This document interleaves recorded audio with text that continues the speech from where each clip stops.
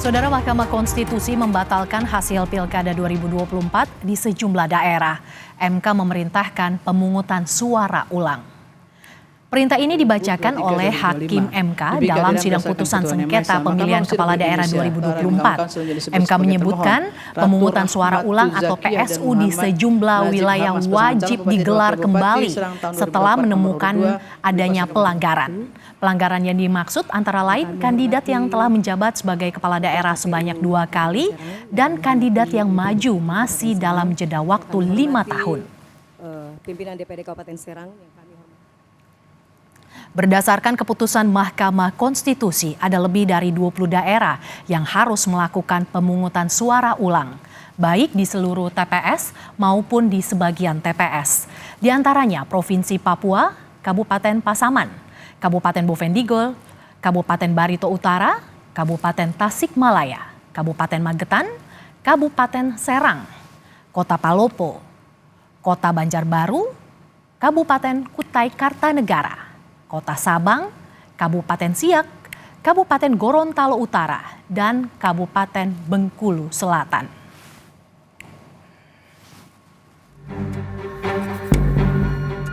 Mahkamah Konstitusi membatalkan hasil Pilkada Kabupaten Serang 2024 yang memenangkan Ratu Rahmatu Zakiah sebagai Bupati terpilih. Ratu Rahmatu Zakiah merupakan istri Menteri Desa Pembangunan Daerah Tertinggal Yandri Susanto. MK meminta KPU melakukan pemungutan suara ulang paling lama 60 hari sejak putusan. Menyatakan batal keputusan Komisi Pemilihan Umum Kabupaten Serang nomor 2028 tahun 2024 tentang penetapan hasil pemilihan Bupati dan Wakil Bupati Serang tahun 2024 bertanggal 4 Desember 2024. 3. Memerintahkan Komisi Pemilihan Umum Kabupaten Serang untuk melaksanakan pemungutan suara ulang pemilihan Bupati dan Wakil Bupati Serang tahun 2024 di seluruh TPS di Kabupaten Serang dengan mendasarkan pada daftar pemilih tetap, daftar pemilih pindahan, dan daftar pemilih tambahan yang sama dengan pemungutan suara pada tanggal 27 November 2024. Dalam pertimbangannya, MK menilai ada keterlibatan struktur aparat pemerintah desa sehingga Majelis Hakim meyakini telah terjadi serangkaian pelanggaran yang secara fundamental merusak kemurnian suara pemilih. Hakim Konstitusi Eni Nurbaningsih menyebut ada pelanggaran keberpihakan kepala desa yang terjadi secara masif di sejumlah desa di Kabupaten Serang. Dari bukti tersebut terdapat fakta adanya rekaman video yang menggambarkan terjadinya peristiwa pernyataan pemberian dukungan kepada pasangan calon nomor 2 oleh sejumlah kepala desa, di mana rekaman video tersebut telah disebar di media sosial dan situs pemberitaan daring. Fakta mengenai rekaman video tersebut telah terkomunikasi melalui bukti yang dilampirkan oleh Bawaslu Kabupaten Serang. Video bukti dan seterusnya dianggap diucapkan yang pada pokoknya menyatakan bahwa benar telah terjadi ketidaknetralan kepala desa dalam pemilu kada Kabupaten Serang. Berkenaan dengan tersebut merupakan fakta hukum yang tidak terbantahkan bahwa Yandri Susanto selaku menteri memiliki hubungan pernikahan dengan Haja Ratu Rahmatu Zakiah selaku calon bupati dari pasangan calon nomor 2. Peristiwa Yandri Susanto dalam posisi sebagai menteri telah menyelenggarakan atau menghadiri kegiatan yang di dalamnya terdapat pernyataan bersifat meminta atau mengarahkan kepala desa untuk mendukung pasangan calon nomor urut 2. Pengajar Hukum Tata Negara Fakultas Hukum Universitas Indonesia Titi Anggraini mengatakan jual beli suara berbungkus kontrak politik sudah tidak bisa ditolerir. Termasuk di dalamnya keterlibatan kepala desa dan pejabat negara dalam proses pemilihan umum. Bahkan dalam putusan Mahakam Ulu, Mahkamah Konstitusi sebut dengan jelas soal vote buying atau jual beli suara berbungkus kontrak politik yang tidak biasa. Termasuk juga MK tidak menolerir politisasi dan cawe-cawe kepala desa, termasuk keterlibatan pejabat negara dan pejabat daerah. Jadi saya kira ini luar biasa bagi Mahkamah Konstitusi dan pelajaran betul bagi semua penyelenggara pemilu ataupun peserta untuk tidak main-main dengan aturan dalam pemilu kita. Titi menilai banyak pelajaran yang bisa dipetik dari penyelenggaraan Pilkada 2024 untuk perbaikan Pilkada yang akan datang. Bila ada daerah yang harus mengeluarkan biaya lagi, hal ini adalah sebuah konsekuensi yang harus ditanggung dalam proses penegakan demokrasi seutuhnya. Tim Liputan, Kompas TV. Lalu seperti apa perkembangan terkini kasus kecurangan Pilkada 2024 ini? Kita menuju Istana Kepresidenan Jakarta. Sudah ada jurnalis Kompas TV Cindy Permadi dan juru kamera Arif Rahman di sana. Selamat siang Cindy, apakah sudah ada tanggapan dari pihak Istana terkait cawe-cawe Menteri Desa Pembangunan Daerah Tertinggal Yandri Susanto di Pilkada 2024, Cindy?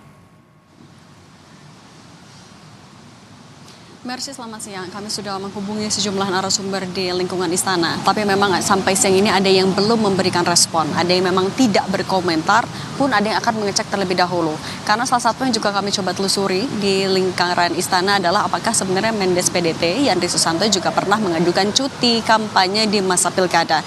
Kenapa ini juga jadi salah satu poin yang kami tanyakan? Karena sebenarnya kalau merujuk pada persyaratan maupun juga aturan, seorang pejabat negara termasuk menteri boleh melakukan kampanye, tapi memang ada syarat-syaratnya. Misalnya yang diatur dalam PKPU kampanye yang mengikut sertakan menteri atau dalam hal ini konteksnya adalah pilkada, wajib memenuhi ketentuan tidak menggunakan fasilitas yang melekat dalam jabatannya kecuali pengamanan yang diatur oleh undang-undang. Kemudian kampanye itu juga dilakukan di masa cuti di luar tanggungan negara. Nah, untuk pejabat negara setingkat menteri untuk mengajukan cuti itu diajukan kepada presiden melalui menteri sekretaris negara yang dalam pengajuan cutinya juga sebenarnya harus secara detail. Ada waktunya, ada jangka waktunya, waktu dan juga lokasi. Pun juga ketika mengajukan cuti harus mengingat ataupun juga mempertimbangkan tugas-tugasnya yang melekat sebagai pejabat negara. Yang juga perlu diingat oleh para pejabat negara termasuk menteri ini adalah ketika berada di masa kerja, di hari kerja ataupun di luar masa cuti, maka melekatlah hak dan kewajiban mereka sebagai pejabat negara.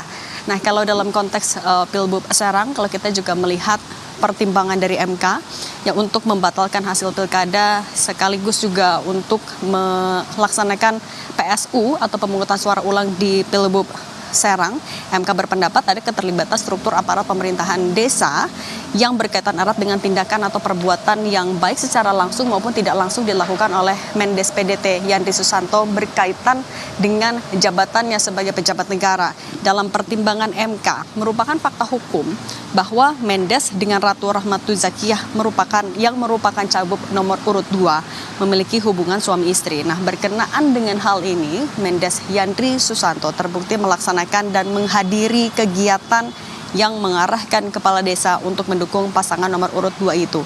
Sehingga MK meyakini posisi kepala desa ataupun pemerintahan desa yang secara kelembagaan posisinya memang berada di bawah koordinasi dari kementerian yang dinakodai oleh Yandri Susanto. Sehingga kalau kita mengutip betul kata-kata dari MK, sehingga tidak dapat dihindari adanya pertautan erat kepentingan antara para kepala desa, aparat pemerintahan desa dengan kegiatan yang dihadiri oleh Mendes PDT Yandri Susanto. Nah, salah satu acara yang dihadiri oleh Mendes Yandri Susanto itu adalah acara rapat kerja cabang Abdesi Kabupaten Serang pada 3 Oktober 2024 lalu di Anyar. Di situ ditemukan fakta bahwa adanya dukungan para kepala daerah terhadap paslon nomor urut 2. Nah, kalau merujuk kepada keterangan dari saksi yang diperiksa juga oleh MK, bahwa setelah acara itu ada saksi yang kemudian berkoordinasi dengan tim pemenangan Pilbub nomor urut 2. Nah, inilah yang menurut MK melanggar undang-undang pilkada, menciderai undang-undang pilkada. Di pasal 71 undang-undang pilkada sebenarnya sudah diatur, sudah disebutkan secara jelas bahwa pejabat negara dilarang membuat keputusan dan atau tindakan yang menguntungkan atau merugikan salah satu pasangan calon. Tidak dapat dipungkiri menurut MK bahwa tindakan yang dilakukan oleh Mendes dapat secara signifikan meningkatkan dukungan atau mempengaruhi sikap kepala desa selaku subjek yang menerima manfaat dalam kegiatan dan program dari kementerian. Sehingga MK juga bilang meski tidak terdapat bukti keterlibatan dari paslon nomor urut 2 ini terlibat secara langsung, tapi juga tidak dapat dipungkiri kalau mereka mendapatkan manfaat dari apa yang dilakukan oleh Mendes PDT Yandri Susanto. Dan Mercy, ini juga sebenarnya bukan pertama kali nama Mendes PDT Yandri Susanto mulai muncul dan menjadi polemik. Karena kalau kita ingat di satu hari setelah pelantikan Yandri Susanto atau pada tanggal 21 November 2024 lalu, ia juga sempat ramai diperbincangkan karena menerbitkan surat dengan kop kementerian yang di situ berisi undangan acara peringatan haul kedua ibunya. Acara ini digelar bersamaan dengan peringatan Hari Santri dan Tasyakuran karena dilantik sebagai menteri. Mercy. Terima kasih Cindy Permadi, jurnalis Kompas TV atas laporan Anda langsung dari Istana Kepresidenan. Terima kasih Cindy.